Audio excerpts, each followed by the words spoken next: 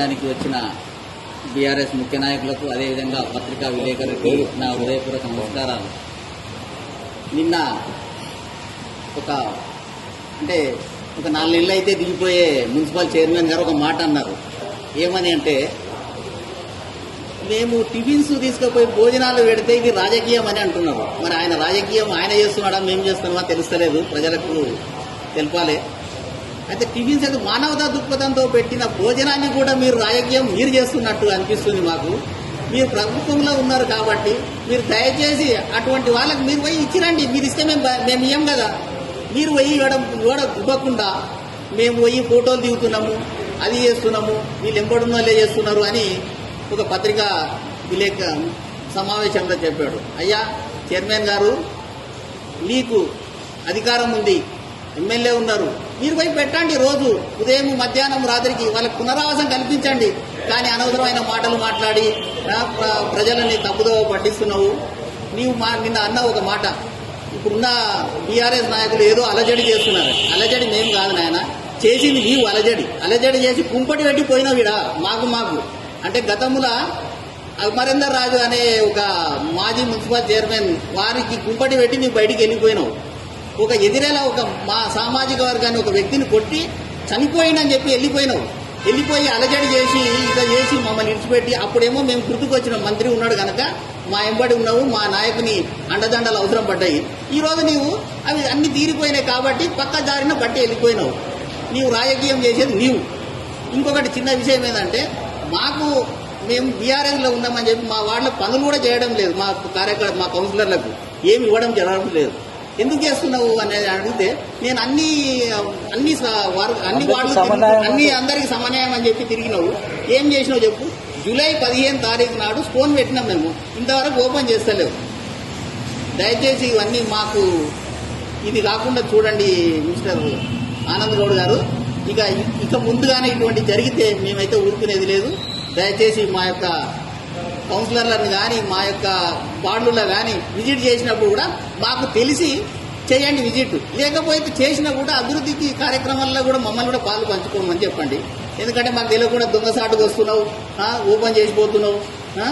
ఇవన్నీ ఏమిటి నీవు మాకు చెప్పేది? అలజడి నీవు సృష్టిస్తున్నావు. నీవు ఎందుకు చేస్తున్నావు అంటే, గతంలో చైర్మన్ అయినావు దొంగసాటుగా, డబ్బులు ఉన్నాయని చెప్పి నువ్వు చైర్మన్ అయినావు. మళ్ళీ నువ్వు చైర్మన్ అవుతావు అని కళలో కూడా ఊహించుకోకు. నీవు గెలవడమే చాలా కష్టము. ఇప్పుడు ప్రజాక్షేత్రంలో తేల్చుకున్నాము.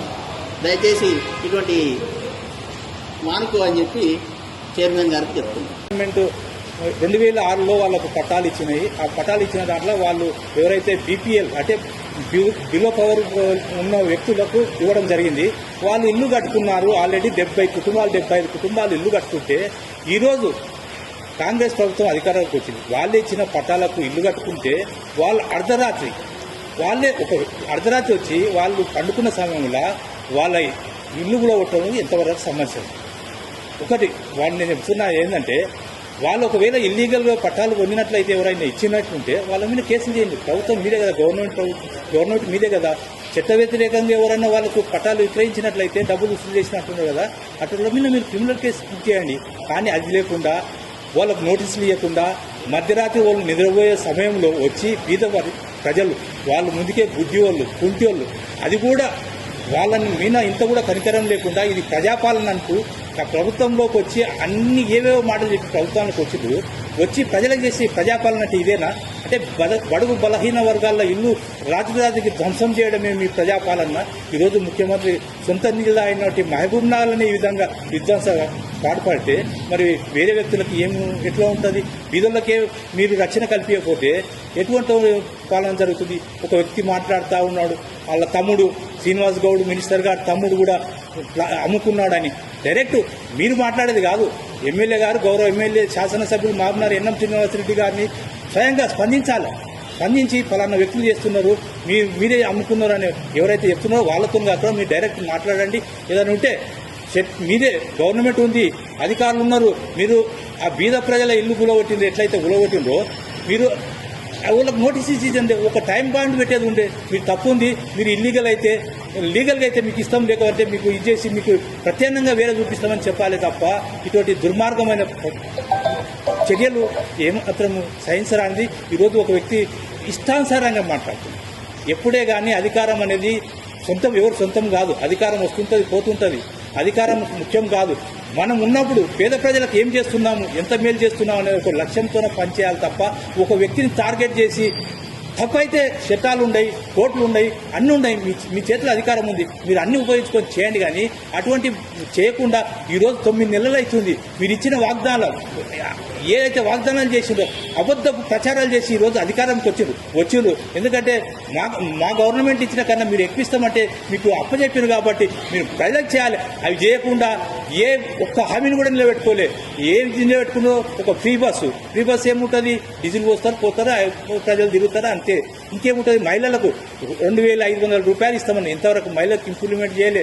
రైతు భరోసా లేదు, రైతు బీమా లేదు, ఏ ఒక్కటి కూడా లేదు. రైతులకు 2 లక్షలు ఒకే ఎట్ ఏ టైం చేస్తామన్నారు. ఒక రోజు 1,00,000 రూపాయలు, ఓ రోజు 1,50,000, ఓ రోజు 2 లక్షలు. ఈ విధంగా చేసి సంపూర్ణంగా కూడా కాలే. 40% మంది రైతులకు మాత్రమే ఈరోజు అకౌంట్లో పడ్డాయి. అవన్నీ అడగనికి పోతే వాళ్ళకు వ్యతిరేకంగా మాట్లాడుతున్నారు. రైతులు ఈ విధంగా మాట్లాడుతున్నారు.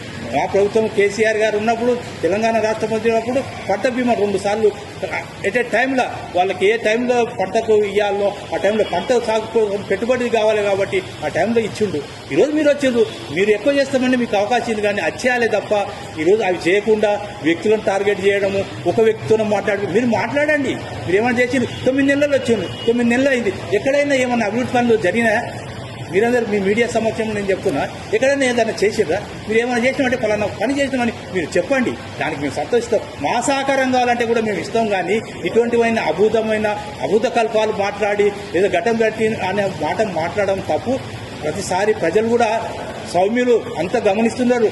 మా 70 సంవత్సరాలు కాంగ్రెస్ పార్టీ, టీడీపీ ఇవన్నీ పార్టీల అధికారం నుండి మహబూబ్నగర్ పట్టణ ప్రజలను పట్టించుకోకుండా వలసల జిల్లా, పేదల జిల్లా అనే నానులు ఉండే ఈరోజు తెలంగాణ రాష్ట్రం వచ్చినాక వలసలు ఆగిపోయినాయి. ఈరోజు ఎక్కడెక్కడ చెరువులు పునరుద్ధరించి చెరువులను బాగు చేసి ఈరోజు చెరువులు మిషన్ కాగితీ చెరువులు నింపి ఈరోజు 2 పంటలు వ్యవసాయం చేస్తే మన దేశంలోనే అగ్రగామిగా పంటలు పండించిన ఏకైక రాష్ట్రం మన తెలంగాణ రాష్ట్రం అని సందర్భంగా తెలియజేస్తున్నా.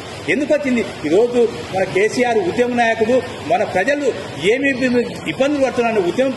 ఉద్యమ సమయంలో అన్ని జిల్లాలు అన్ని తిరిగి ఎక్కడెక్కడ ఏం చేస్తే బాగుంటుందని ఒక మంచి సంకల్పంతో ఈరోజు ఈ పని చేస్తే సరే, ప్రజలు ఆయన కన్నా ఇంకా ఎక్కువ చేస్తారని మీకు అవకాశం ఇస్తే అవకాశాన్ని ఉపయోగించి మీరు మంచి చేయాలి తప్ప ఒక జవాబుదారీతనం ఉండాలి. కానీ మేము ఎట్లా అంటే ఎట్లా మాట్లాడుతుంది, ప్రభుత్వం ఉంది, ప్రభుత్వాలు అనేది ఎప్పటికీ సహజంగా ఇంకో ఉంటే 5 సంవత్సరాలు ఉంటారు, మళ్ళీ వేరే ప్రభుత్వాలు వస్తాయి.